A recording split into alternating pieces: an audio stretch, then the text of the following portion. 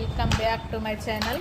మేము బఠానీ చాట్ చేసుకుంటున్నాం. పిల్లలు రేపు సండే కదా, ఇవాళ ఏదన్నా ఒకటి చేసుకుందామంటే చేసుకుంటున్నాం. ఉడకబెట్టిన బఠానీ, తర్వాత ఆనియన్ ఆలు టమాటా కట్ చేస్తున్నాం.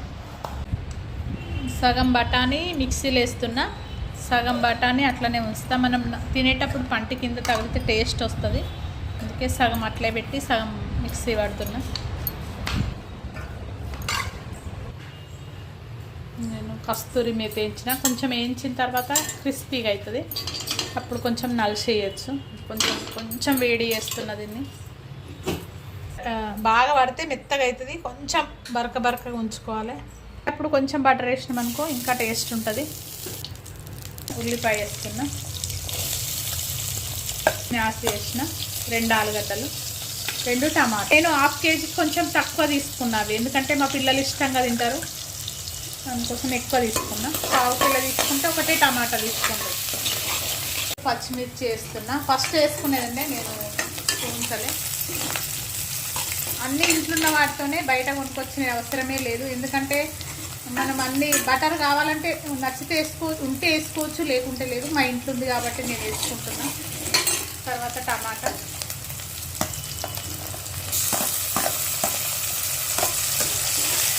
అలా వేస్తున్నా.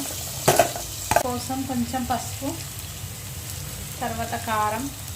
నేను పచ్చిమిర్చి వేసిన కదా, కారం కొంచెం వేస్తున్నా.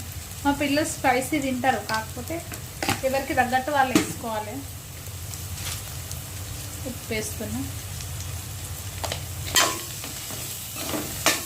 నేను ఈ బఠానీ మిక్సీ పట్టుకున్నది వేస్తున్నా. బఠానీ ఉడకబెట్టిన వాటర్ ఉంటాయి చూడు, అవి కొన్ని పోస్తున్నా. ఫస్ట్ కొంచెం ఇట్లా బఠానీ లాగా ఉంటే మనం తినేటప్పుడు మంచిగా టేస్ట్ ఉంటుంది. దీనికి ఈ మసాలా అవసరం. నేనైతే 1 స్పూన్ వేసుకేటప్పుడు బటర్ వేసినాం అనుకో బాగుంటుంది, అందుకే నేను బటర్ వేస్తున్నాను. విధంగా ఉంటే సరిపోతుంది. కొత్తిమీర వేస్తున్నా లాస్ట్లో.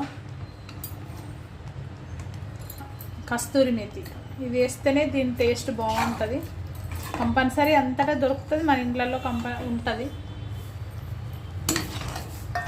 దీంతో టేస్ట్ స్మెల్ బాగా వస్తుంది. ఇట్లా అరోమా చూస్తేనే తినాలనిపిస్తుంది. నిమ్మకాయ ఆనియన్ వేస్తే బాగుంటుంది.